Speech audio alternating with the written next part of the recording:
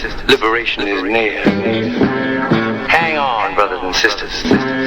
Hang on, brothers and sisters. Liberation is near. Liberation is here. Get the late pass, nigga, yo, step to the rear. Y'all niggas can't hear, did I make myself clear? Get a late pass, nigga, yo, step to the rear. Peace. What's up, y'all? This is Akil MC. This is Monday, 2016, December 19th. I'm in Newport, Wales right now. The UK, for those that don't know. United Kingdom. I'm not in the United States right now. Overseas on tour right now and stuff, you know. Maybe like about 3 weeks ago, I came home from the Jamrock cruise, and my son picked us up from the airport, and then he was like, "Daddy, you all over the internet right now." And I'm like, "What you talking about?" He's like, "You people think that you're Tupac and stuff, you know?" And I'm like, just kind of like laughed it off, like, "For real?" Like, he's like, "Yes." He said it's a lot of videos up right now. They just going through like detailed stuff, like what's in the group. Jurassic 5 is the group, but they started after Tupac died and stuff, and basically Tupac morphed into Akil the MC and all of these little theories and stuff of Charlie Tuna and being Yaki and all of these different things and stuff, you know. So it was funny to me and stuff, you know. But I mean, since, you know, the early 90s when Tupac came out, you know, people here and there would say, "Oh, you kind of look like Tupac a little bit here and there and stuff," you know. Not everybody and stuff, but, you know, so this is not far-fetched for people to say that we resemble one another and stuff. We got the same type of eyebrows and, you know, in the eyes or whatnot and stuff, you know, and or whatnot and stuff. So I was like, you know, I just kind of like laughed it off and stuff. And then maybe like a day later, then my daughter came in and then she showed me a couple of other videos and stuff. And I'm like, "Are you serious?" and stuff. So I'm looking at the videos and I'm like, damn, like, if I didn't know who I was, then I probably would believe this shit too and stuff, because some of that shit look kind of convincing and stuff, as far as, you know, us splitting our face in half and stuff, and him on this side and then me on this side or whatnot and stuff, you know. But I know who the fuck I am, right? You know, my name is Akil. That's my Muslim name. I became that name in 1988, right? I go by the name of Akil the MC as a rapper in the group called Jurassic 5. But before then, my original government name is Dante Lamar Gibbons. I was born in South Central Los Angeles. I'm from 71st and Vermont, 1111 West 71st Street, South Central LA. I went to Catholic school, St. Raphael's. From there, I went to Normandy Avenue on Normandy and Vernon. Then I went to John Muir on Vermont in 59th. Then I went to Manual Arts High School. So let me tell y'all a story. At Manual Arts High School, I was the president of the Black Student Union and stuff, right? You know, that was around the time the Public Enemy was kicking and stuff, you know. So me and my group of friends, Rebels of Rhythm and stuff, you know, we was, you know, highly into trying to be conscious and stuff, you know, on our, you know, Black Power trip or whatnot and stuff, you know. That's when we got conscious of who we was or whatnot and stuff. So, you know, I ended up becoming the president of the Black Student Union or whatnot and stuff. So I graduated in 1988.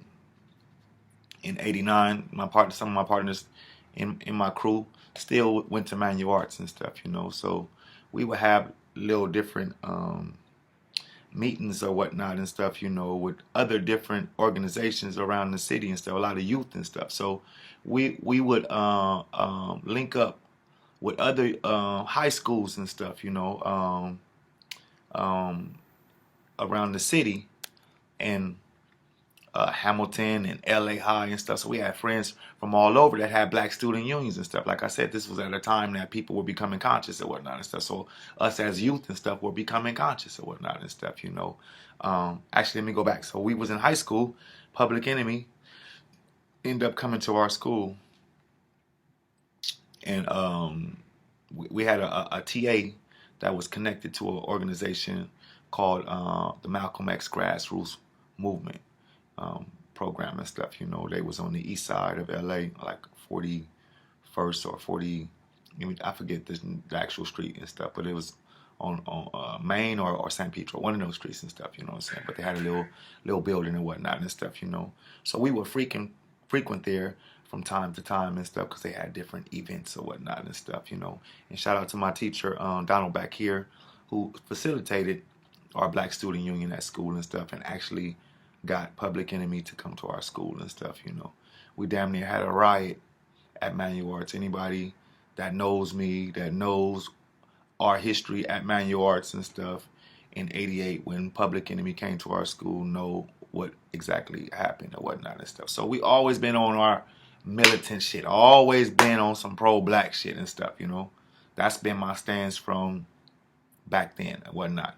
So like I said, my friends still was in school.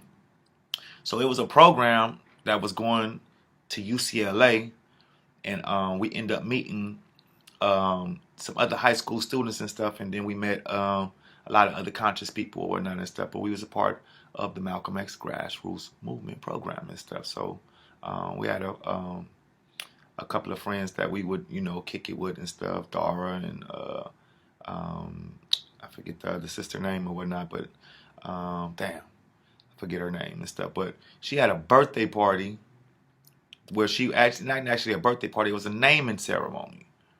And they had a program on the east side at the Malcolm X Grassroots Movement program and stuff. And so they had different chapters of the Grassroots Movement program and stuff. So some of the chapter from Oakland was coming to LA and stuff, you know, some of the youth there and stuff, right? So they had a guest rapper that was coming with them and stuff, you know. So I was rapping at that time and stuff, my homies and stuff. So, you know, we was just like, oh, okay, that's cool and stuff, you know. Didn't think nothing of it and stuff, you know what I'm saying. So the person came and stuff, and we met him, and the person's name was Tupac. It was Tupac Shakur. We didn't know who Tupac was at that time. Digital Underground wasn't even out then. So this is my first time meeting Tupac. This is my first time and only time meeting Tupac and stuff. It's 1989 in Los Angeles on the east side and stuff at the Grassroots Movement program and stuff. So really didn't think nothing about it. You know, he was tight and stuff, you know. We shook hands and, you know, met just for a second and stuff, but, you know, I didn't know who Tupac was. Tupac was not known in 1989 then and stuff. This is before he kicked off with Digital Underground and whatnot and stuff, you know. So a couple of years later, then, you know, I'm like, oh, that's dude that we met at the Grassroots Movement program and whatnot and stuff, you know.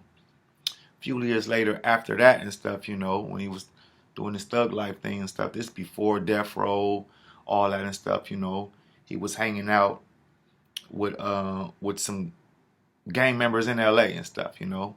I want to say the Rolling 40 Crips and whatnot and stuff, you know. Shout out to Runner and stuff. I went to elementary with him and stuff, you know. But, you know, they formed their group Thug Life or whatnot and stuff, and was doing all that and stuff. So he was end up hanging out with the 40s or whatnot and stuff. And I had heard something in the streets that, you know, they tried to jump him or something. He got into it with them or something. Somewhere in Baldwin Hills, something happened. It was big ass scrap or fight or whatnot and stuff, you know what I'm saying? So one day I was going to traffic court in LA, and I was getting in the elevator with my partner Ching, and Tupac and Spice One is in the elevator, and they behind us and stuff. We get in and stuff, so they talking.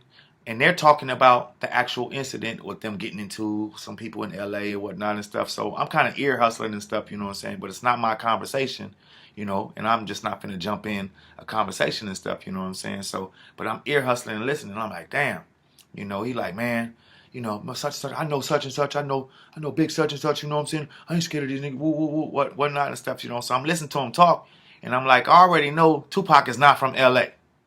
Tupac is from the Bay Area and stuff, you know what I'm saying? So I know it's things about LA that people that's not from LA always get into some shit in LA. It's always some person that's not from LA that end up getting into some shit and stuff, you know. So in my mind, I wanted to give him some advice. Like, man, doesn't matter who you are, you can fucking get it in LA. It don't even matter who you know.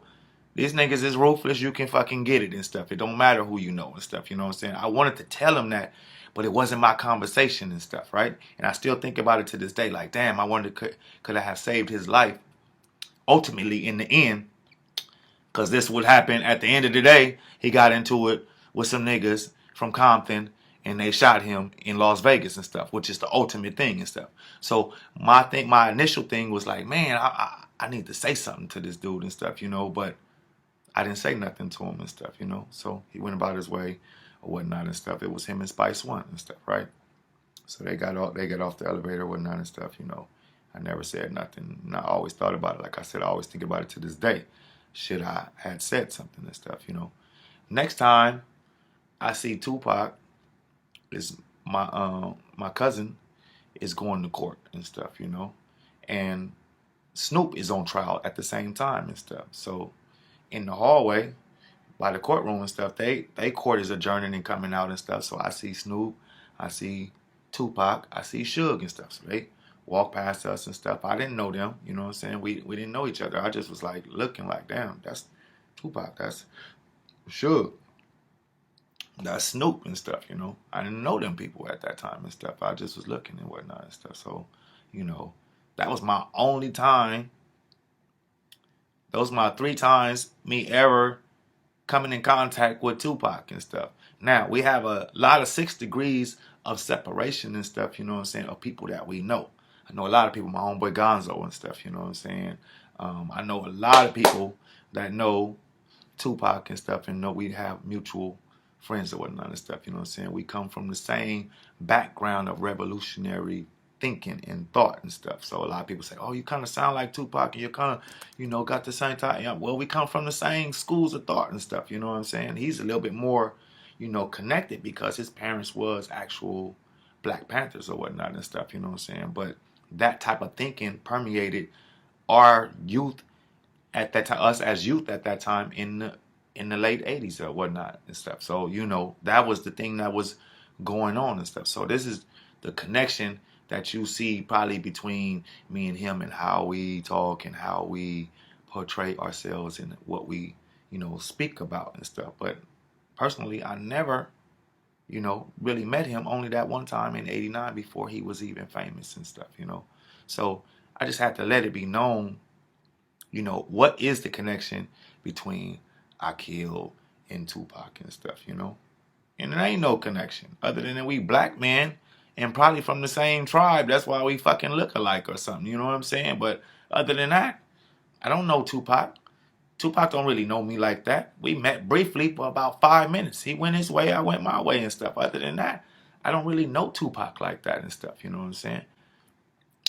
When Tupac ended up getting shot in Vegas and stuff, you know, I know a lot of people in LA and stuff. Anybody from LA know what the fuck happened. There's some gangbang shit. He just got caught up on some gangbang shit and stuff. Ain't no fucking conspiracy theory. Y'all niggas is stupid. You know what I'm saying? I don't mean to belittle people and stuff, but ain't no fucking conspiracy theory. It's clear as day what happened and stuff. The person that killed Tupac is dead. You know what I'm saying?